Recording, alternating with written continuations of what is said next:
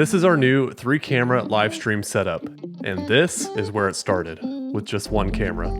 What I thought would be a simple upgrade turned into a much bigger project than I ever planned for. I want to walk you through everything I bought and installed to pull off a great looking multicam live stream with flexibility to grow even more down the road. I'll also share how much it cost and whether or not it was worth the more than 40 hours that I invested into it. Let's jump in. We began with just one Blackmagic Studio 4K Plus plugged into a capture card and fed into OBS. From there, OBS pushed the stream to restream.io, which handled sending it out to Facebook and YouTube. It was simple, but it was also limited. That same Studio 4K is now our close-up camera. It's paired with an Olympus 40-150 f2.8 and connected to our switcher, a Blackmagic ATEM 1ME Constellation, via a Blackmagic HDMI to SDI bidirectional converter. I had to use the bidirectional converter here because I needed to send camera control data back to the camera. One of the switcher's SDI outputs sends the data. The converter then receives it and merges it with the HDMI feed, so I've got both camera control and clean video going through one HDMI cable. For the medium shot, we're using a Blackmagic Studio Micro 4K G2 paired with a Panasonic Lumix 35-100 f2.8 II. It's mounted to a bowl riser using a SmallRig 7-inch Rosette Magic Arm. The wide shot is another Blackmagic Studio Micro 4K G2, but this one has a Panasonic Lumix 12-35 f2.8 II lens. Same mount, same magic arm. Both of these micro cameras are sending SDI directly to the switcher, and then we're using two SDI outputs from the switcher to send camera control data back to each camera. This gives me full control of camera settings from the switcher. The medium shot also sends its feed to the second external monitor in the booth via its HDMI out. It's super helpful having both shots up in real time. Now, all three cameras have been incredible for the price. The image quality rivals cameras that cost way more. Even when I bump the ISO up to 12 dB for our worship lighting, the footage still looks super clean. They also give you full flexibility with frame rates. We use a true 30.00 FPS to match our LED wall perfectly. Each one also comes with a built-in color profile called Extended Video, which gives you a ton of dynamic range without needing to shoot and log. It looks great right out of the box. And every camera setting is fully controllable through the ATEM switcher. That means we can adjust things like ISO, white balance, and focus all from the booth without ever touching the cameras. They also all use Micro Four Thirds sensors, which keeps lens cost way more manageable compared to full frame or APS-C setups. On the topic of lenses, one thing that was really important for us was making sure each lens had a constant f2.8 aperture throughout the entire zoom range. That way we get enough light to the sensor without needing to over brighten our stage, which would mess with the in-room experience. Constant aperture zooms can get pricey, but I saved a good chunk of change by buying all of ours used from mpb.com, and they've worked flawlessly. I'm curious, what cameras are you using at your church, and where do you like to shop for gear? Drop a comment down below and let me know. I'd love to hear what's working for you. Alright, now let's talk about the switcher. We're using the Blackmagic ATEM 1ME Constellation. It has 10 SDI inputs, 6 SDI outputs, and a dedicated multi-view output. I have it rack mounted underneath the booth. I chose this over the ATEM Mini Extreme because I needed more I/O, and honestly, I didn't want the built-in encoder anyway. The ATEM encoding looks pretty rough, so I was happy to outsource that part. I control the ATEM using a Stream Deck running Companion.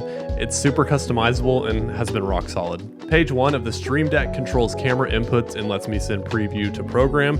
On page 2, I've got commands to change the ISO on each camera depending on whether it's worship or sermon lighting, focus adjustments and small steps, and even master, mute, and unmute button for the stream mix just in case. There's so many options for how to set this up, and you can get way more fancy with it than I did, but this setup has been working well for us.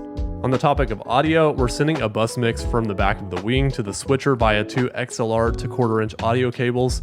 I then added 2 frames of delay to the audio inside the switcher. Now let's get into one of my favorite pieces of gear from this upgrade, the encoder. We're using the Magewell Ultra Encode AIO, which I discovered through a comment on one of Rylan Russell's videos. Shout out to that guy for being a goldmine of good info. After looking into it, I was sold and haven't regretted it once. This encoder has SDI and HDMI inputs with loop-through, supports up to 4K resolution, and can stream to 6 destinations simultaneously, no subscription required. You control it over the network in a web browser, but it also has a touchscreen on the front so you can monitor the stream and stop everything manually. It can record to an SD card or USB. and even upload the recordings to the cloud. What's wild is you can run 2 separate streams at different bit rates or resolutions at the same time. Right now we're using the primary stream for recording at 14 megabits per second, and then the second stream to send an 8 megabit per second signal to our live platforms. Both of these streams seriously look and sound amazing. Although we haven't had it for very long, I trust that this thing is durable because we used a Magewell capture card for years in our original setup, and even though it got tossed around a lot, it never gave us a single issue. I'd love to know what encoder you're using and what your thoughts are about it. Let me know down in the comments. As for monitors, nothing too fancy going on here. For the close and medium shots, we've got 2 6-inch Feel World camera monitors, and then for the multi-view, I ended up using a 24-inch 1080p Vizio TV. I tried a couple of regular computer monitors for the multi-view, but they wouldn't play nice with anything under 60 FPS. The switcher is outputting 30 FPS, and it did give me the option to send 60i, but it looked awful. It was super jittery. After some research, I learned most cheap monitors just won't process anything other than 60, so that's why I grabbed this small TV instead, and it's been great. The colors are pretty accurate, but the black levels and viewing angles are not the best. It's not perfect, but it does the job, and the price was right. Alright, now let's talk about the camera pull. This was custom made by a guy at our church who owns a machining business.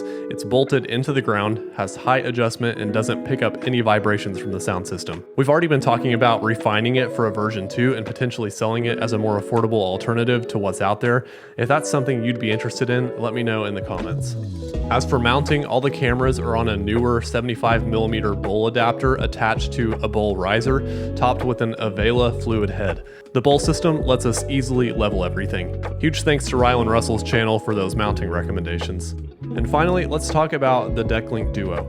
Before this upgrade, we were using an ATEM Mini as an input switcher for the LED wall and sending the feed to OBS through its webcam out. It worked, but the image quality from the webcam out was pretty rough and the whole setup felt clunky. With the new system, I wanted to make sure the live stream had a clean ProPresenter feed, plus key and fill for transparent lyrics and graphics. The challenge was that this requires 3 unique outputs from ProPresenter on top of the 2 we also need for the LED wall and the confidence monitor. macOS only supports 2 extra display outs, so we picked up a Decklink Duo and installed it in a Sonnet Thunderbolt chassis.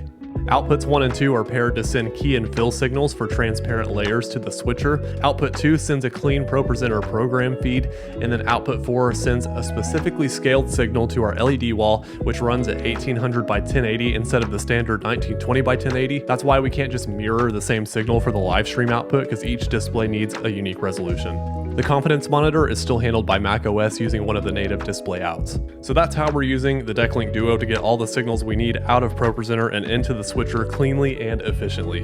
Now, if you're wondering what all of this actually cost, the total, including gear we already owned and reused, came out to around $12,000. And yes, it was absolutely worth the 40+ hours it took to plan, install, and dial everything in. The quality of our live stream has improved dramatically, our volunteers have more control, and the whole setup is ready to scale as we grow. I'd do it all again, hopefully a little quicker next time now that I know what I'm doing. But that wraps up the core gear in this upgrade. There are a few more tweaks that I want to make, but I'm overall really happy with how it came out. There are plenty of smaller pieces, adapters, cables, and such that pull everything together, so I've linked a Google Sheet below with every single item we used. Most of those are affiliate links, so if you pick something up, it's a great way to support the channel.